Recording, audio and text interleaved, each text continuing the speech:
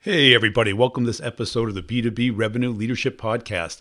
Got a great episode today. We're going to be talking about how do you build up a sales organization and get into very niche markets that are considered commodities, but everything's considered a commodity today. At least that's the way people view us. And they want to view us as a commodity because that's easy and more empowering for them. If they view us as unique, then they don't have the power. So what we have to do is separate out, how are we different? What problem do we solve? And this is selling a service. Now, selling a service is very hard because it's people and it's people's skills, and everybody wants to view people as all equal, and we're not. How do you differentiate? How do you get into accounts? How do you keep the ball moving? And how do you deliver on that service so that it works? Is it content? Is it cold calling? Is it networking? We're going to get into all of those topics today. And people say, oh, Brian, all you talk about is technology. Well, it is a lot of technology companies. I don't know why that is. Maybe that's my interest. Maybe that's who I attract. But the characteristics are all the same. It's all about focusing on the people who are most likely going to buy and fit the business model that fits us. They're big enough, but not too big. They'll pay their bills. They'll be easy to work with. That we solve their problem. They'll appreciate what we do. And all of this stuff goes into this course that I'm coming up with. So if your sales team, or even if your outbound marketing team needs clever ways of using both social, email, phone, whatever you want to use, I've come up with a system that is very non-interrupting, very natural, very effective. It's not standard spam cold emails or content marketing. It touches on those things, but it's not that. It's dropping January 1st. Listen to the Brutal Truth About Sales and Selling podcast to learn more about it. It's insanely effective. It's going to be beta only, but it does include 2 1.5-hour coaching sessions. Basically, once you found out your persona, make sure that's right, and then focus on the first run at the outreach, see what you're getting, and then I coach you through what you're doing, how well you're adapting the approach. It's a very natural approach. It's semi-magical, but it's the type of thing when someone tells you, oh, that's how you do it. It seems like, well, that makes perfect sense. Also, I want to make sure you're checking out all the partners' blogs. Now, they're putting out such great content, and I'm trying to amplify it with the platform on the podcast. It's given an audio version of it, an interview style approach to it. But check them all out. Gong.io is doing great research on actual sales conversations. Instead of keeping track of number of calls, let's talk about what's going on in the call. The research is phenomenal and the content is great. Go to Gong.io and sign up for the blog. Make sure you're getting that. Also, Pipedrive has come out with great stuff on the sales process itself. Pipedrive.com, Nudge.ai has got great stuff on how people make buying decisions. That's really how I came up with the course. I want to have people sell and market the way people want to buy. Now, you might say, oh, I'm doing fine. If you're doing fine, stick with it. Let's get into the interview. So we've got a small company, VP of sales, and I'm going to go through his journey about how he's crushing it today, really acquiring new customers, keeping existing customers happy, and building this business. Let's get into the interview. Hey, Luke, thanks for joining us today. As a way of getting started, tell us a little bit about yourself. Thanks, Brian. Yeah, so Luke Dudenhafer runs sales for GoodellNet Technology Solutions here in St. Louis, Missouri. We're a technology consulting organization with managed services we provide for our clients, project support, VCIO services, application development, and really something that's taking on a new life is our security services. So got a location in Carmel, Indiana, and as well as our headquarters, like I said, here in St. Louis, and 5-time Inc. 5000 company, and so we're growing and moving forward. Yeah. Hey, I saw you've had some pretty good growth. So what's working today for you guys?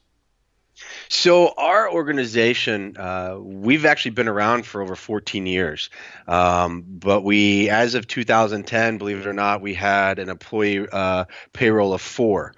So we've seen some growth. We're at 65 employees, and a lot of that is not to sound cheesy, but it's actually, we say what we do and we do it. We're a referral and word of mouth organization.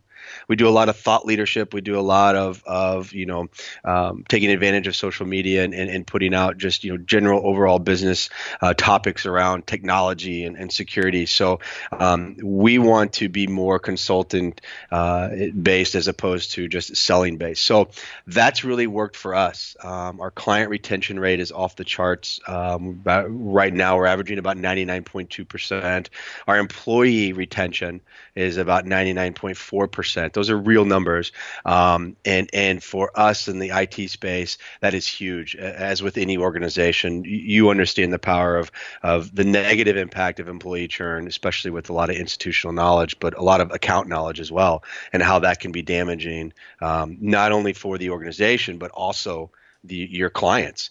Constantly seeing revolving faces is not a good message to them, right? So what's made us successful is really the investment in our employees and also the investment into the technology and processes to help our clients become better. So that we can grow at that fast pace, at that good growth pace, and not sacrifice or damage that relationship with the clients, which makes them feel good. And then they tell their peers, and they recommend to other people our organization. Have you been able to have that same retention on the sales team? Because sales is kind of notorious for not having great retention.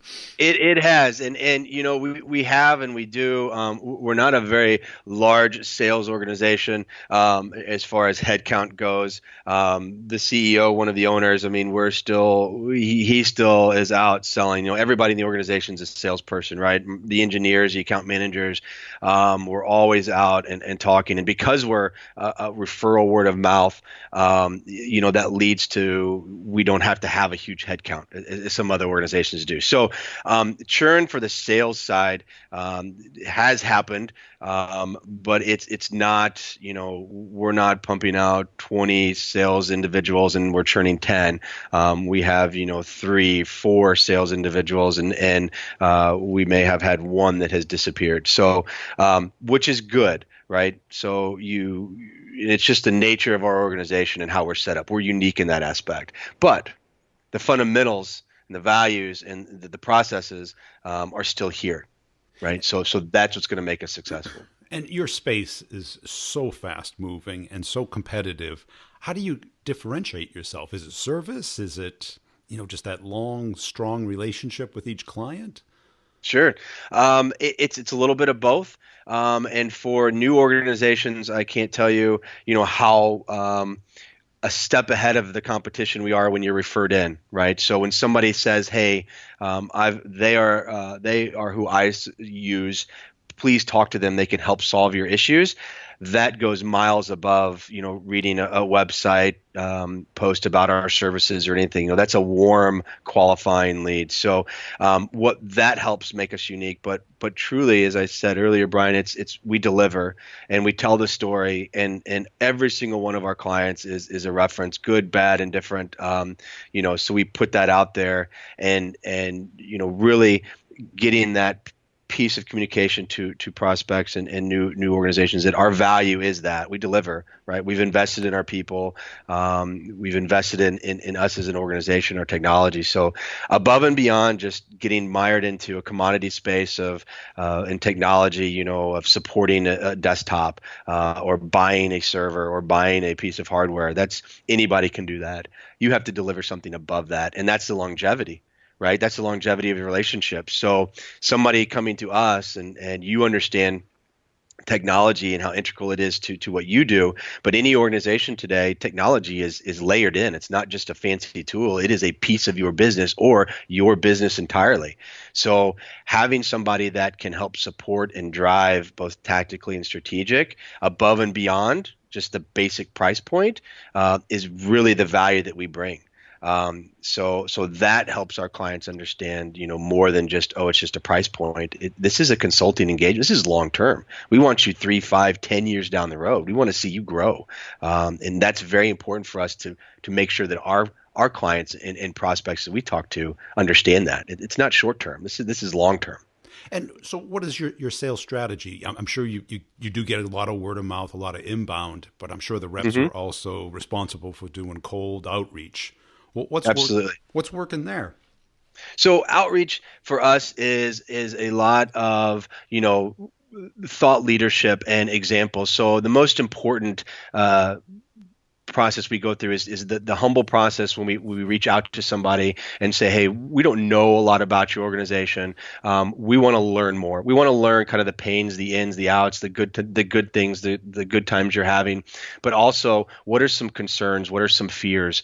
Everything in the world today around security, right? The breaches, the hacks that are going on.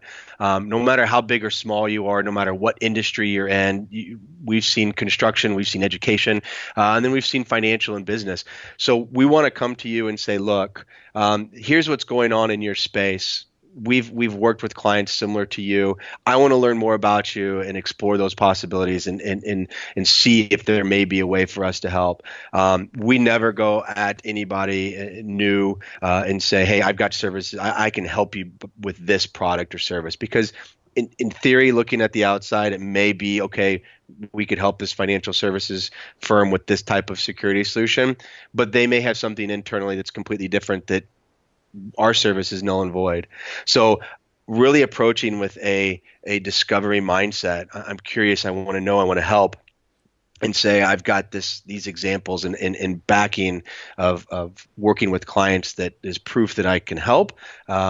That's really been helping us get new clients and get them to understand that these guys aren't just trying to push product or services down our throat. They truly do want to understand our business. And we're the first to say we'll push away from the table if it's not going to work out, right? We're not going to keep hounding and keep going down that rabbit hole. We'll back away and say, if we can't help you here, we understand, but you do always have a resource.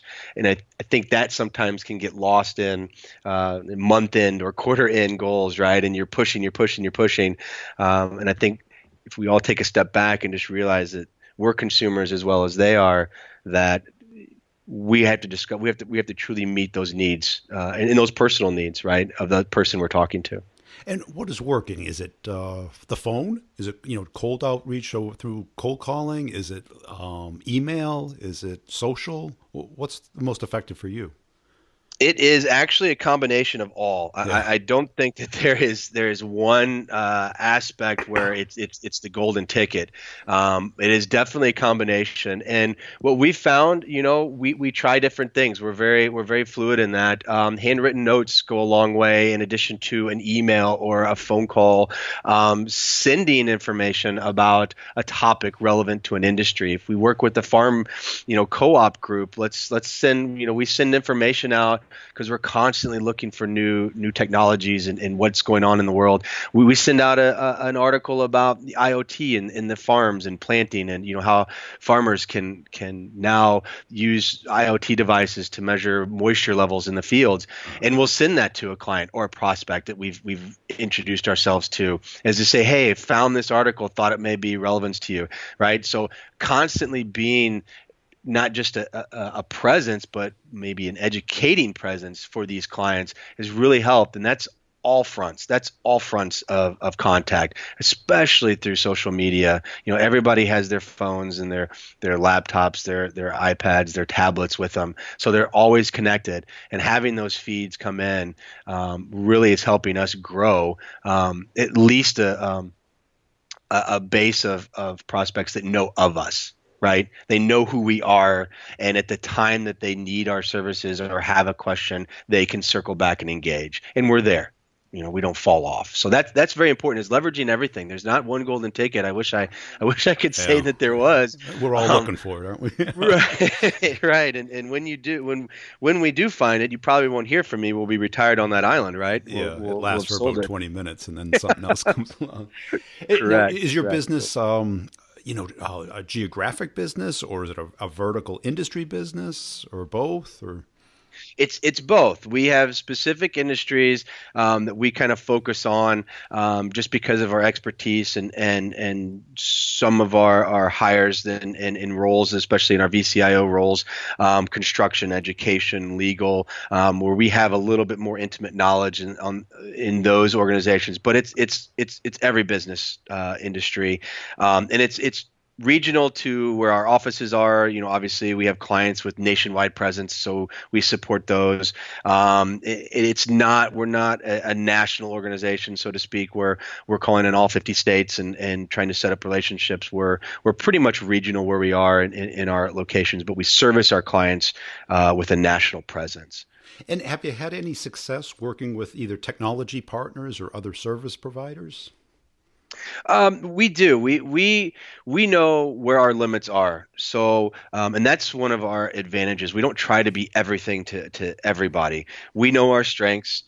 We know what our weaknesses are. So we do partner with, different ISP internet providers. We partner with phone partners. We have a business continuity partners that we have we protect our organization with, and so we practice what we preach. So my clients will be protected as well through these. So that's valuable too, right? And vetting those partners, because we have standards and values, as does any organizations, and so you always want to partner with somebody who has those as well. So that's we don't attach our name to anything that we don't have 100% backing in, nor would I expect anybody to attach their name to us if they weren't 100% in with us as well.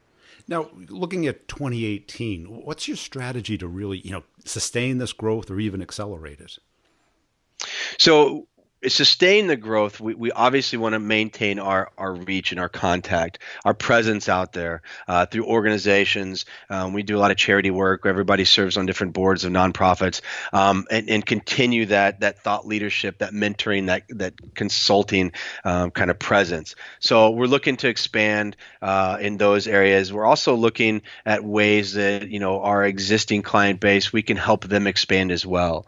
And of course, then we're obviously going after brand new, cold, organic clients as well. So that would be, obviously pushing new markets. We have a new market that we're opening up, and that's probably going to be about it. But it's going to be kind of circling the wagons and building up, our regional presence and really growing ourselves that way. And on your team, what are they all full stack sales reps, or have you separated out, prospectors versus, account developers versus client success? Sure. So we're set up with we're kind of business development, initial hunter mentality, kind of discovery. We really want to approach it as a consulting engagement up front, right? So I want to know the who, why, whens, and wheres of your organization, not just the technology piece, but what is your ultimate goal in your organization? Because technology will tie into that. That's going to be kind of your enabling tool set, right? That's going to allow your organization to grow and grow the way you want it. At which point, I am not an engineer. But I think that's served us very well, that we're not trying to craft solutions off of one conversation. So we have our sales staff, our business development. We go out, we understand a client's needs, then we can bring in our engineering team to help kind of craft real world solutions, right? And then we transition into an account management team, and the account management team is really the success after the sale. They're the ones that really grow these organizations and work with project portfolios, work with 3-5 year financial planning. Sales is still tied in because there may be new initiatives or there may be new products that we need to help coach with or identify. We never truly leave the account, but we've broken it out that way because I want somebody who is able and knows the skill set as a salesperson, as a business consultant, to go out and leverage those techniques, leverage that skill set, that conversation, how to market themselves, how to get in touch with somebody, and not be worried about bogged down with engineering solutions, because we're not engineers. I have a very highly skilled, highly intelligent team of engineers that can do that for me. And then we all communicate. We're all on the same page, and then that goes back, translates to the account management. So kind of a three-pronged approach, with the sales business development side kind of leading that spear. And do you have a counterpart in marketing, or do you own that, or? No, we actually have I have a counterpart in marketing, and so that is as well as the CEO, he still has his hands in it, which was one of the owners, is fine, which is good because with industry experience and you want somebody that's involved from top down, especially the one who signs the checks, right? So the marketing ties in greatly with what sales is doing, right? Or what the monthly blogs are about, the monthly videos that we send out, or just information. So that helps, and we look at real world examples. If security breaches are happening, or if there's a big new development in the managed services space, we want to be on top of that. We want to let our clients know. We want to let those people know what's going on. And also explain a little bit sometimes about our organization, right? Be proud of who we are and what we do. And so marketing is intertwined. That's something that we're on pulse on a daily basis to ensure that sales isn't saying one thing and yet the marketing is saying another, right? So we want to have the same story going out.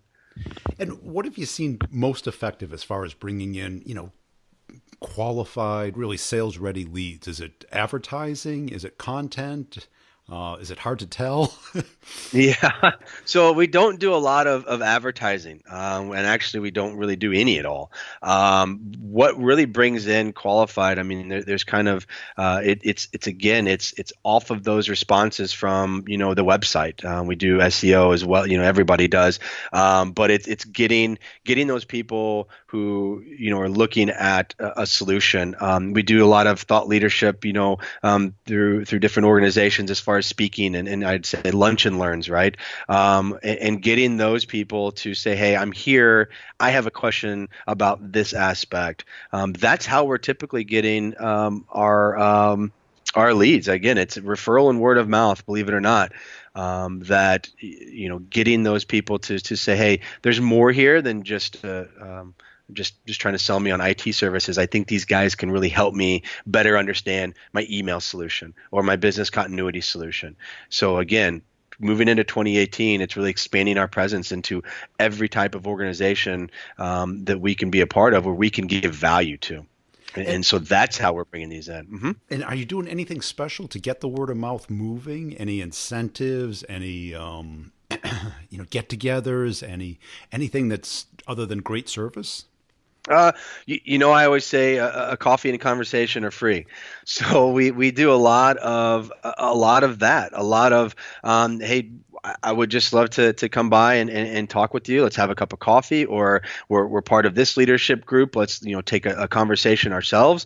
No real incentives. I mean, the incentives within our organization, we're always providing free risk assessments and kind of audits and that kind of thing. But that's kind of industry standard, Brian. I mean, that's everybody can have those tool sets to provide that. We're really relying on and moving forward through the consultative, the strategic piece. I mean, that in today's world, I found is very valuable, especially because of the internet and social media and the way things have changed. 15, 20 years ago, when you started out in sales, we had all the power. We had all the knowledge and information about our services and products. And so it was a different face when a business owner was like, okay, I need to talk to you because I don't know anything about you.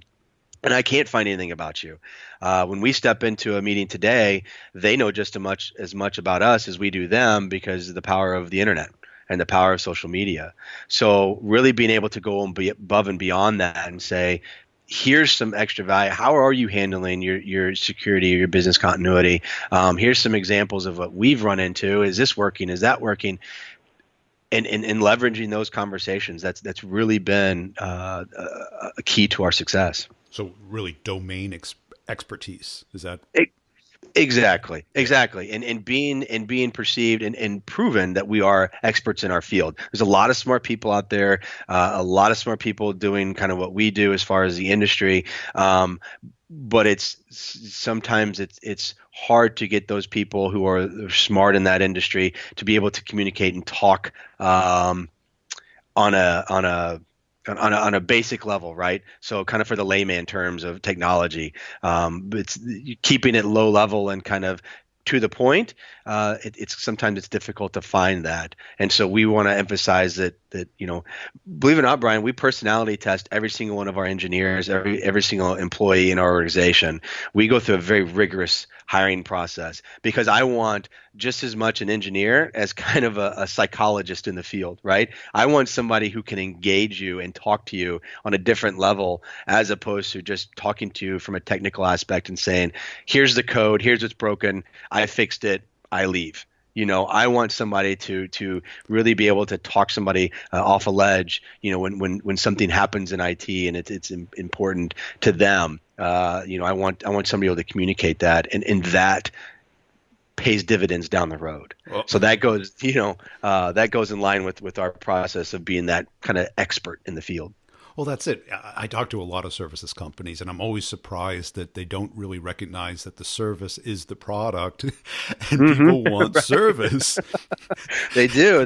They want somebody to come in and not only fix the fire that's in front of them, but also be a little personable at the same time. Say, how are you doing? Talk to it. And this organization, as with any, like you said, in any service organization, that is the product. The secret sauce of GoodellNet is our people. It is our process and technology, but it is our people. That is what somebody becomes a client of, because our engineers, our skill sets, and the process we have, and just the people in genuine.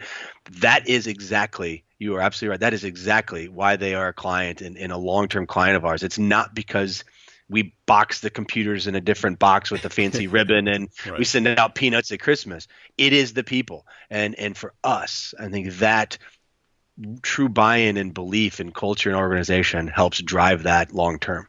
Right. And especially engineers. I was one at one time. That people, they're just not taught that, or don't really value that, or can't understand why anyone else would value that.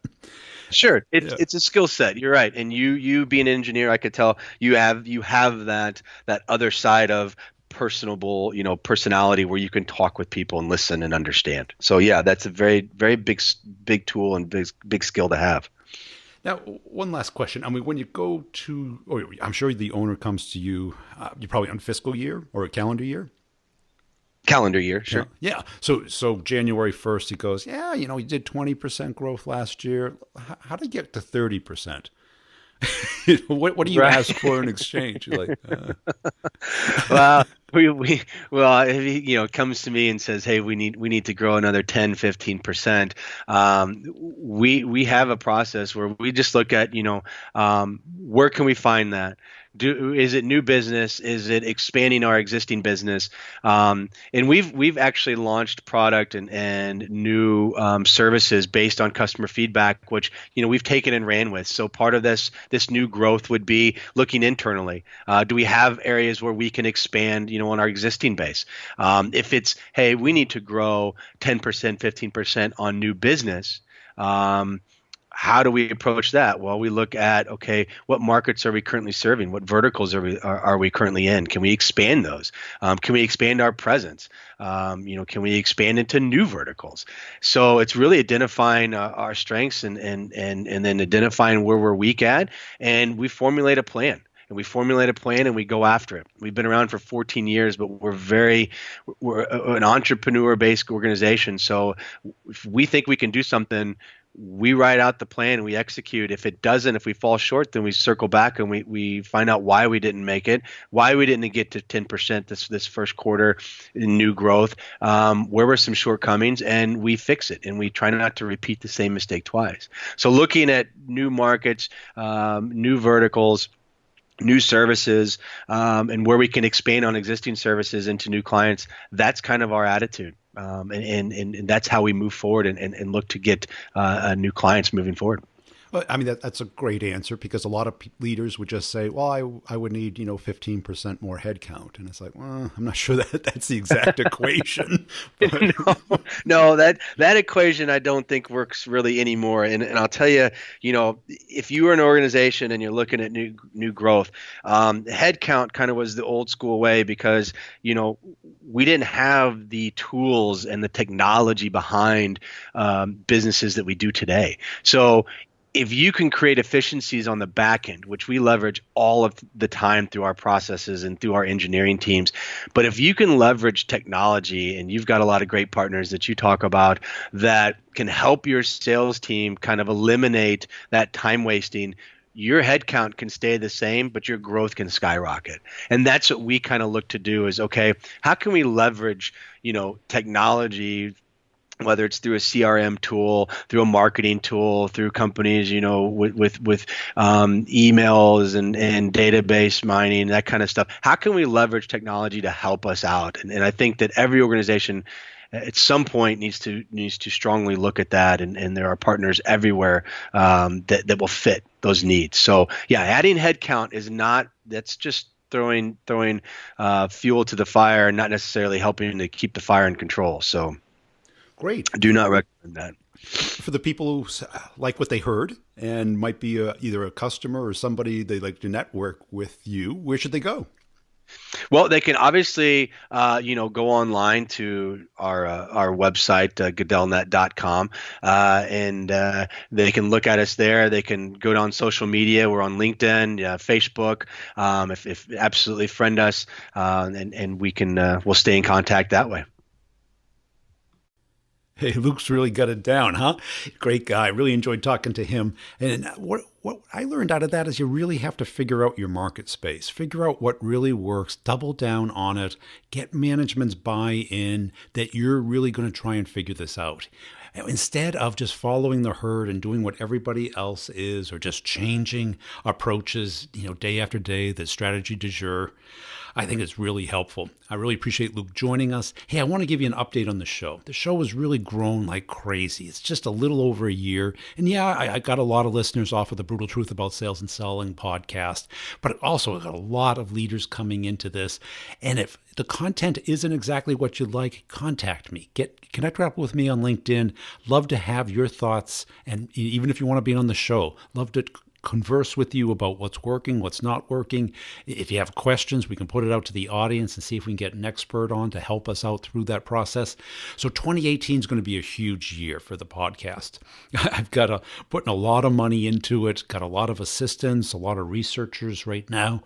You may have seen them on LinkedIn trying to connect up with you, trying to figure out exactly what's really working today. Separate the sizzle from the smoke, as I always like to do, and really dig in and really amplify what is working. So things are going to really explode in 2018. Got a lot of automation coming up with the podcast, increasing the quality of it. Any feedback you have, love to hear it. Please connect up with me on LinkedIn. And I really want to thank everybody who's shared the content, either told a friend. Just tell one person within your team. If you find there would be value, please spread the word. Also, I'm still offering my book, The Maverick Selling Method, free, the full PDF version for anybody who takes the time to write a review on iTunes or whatever podcast player you have. It's really simple to do now with the new iOS. And just take a screenshot of that and email it to me at briangburns@me.com, and I'll reply back with the PDF version. It's the full book. It's not just a couple of chapters. That's it. I really appreciate it. Had a great 2017, best year. Hard to say best year of my life, but best year in a long time, I'll say that. And it's all due to you. I really appreciate it, and let me know how I can help you.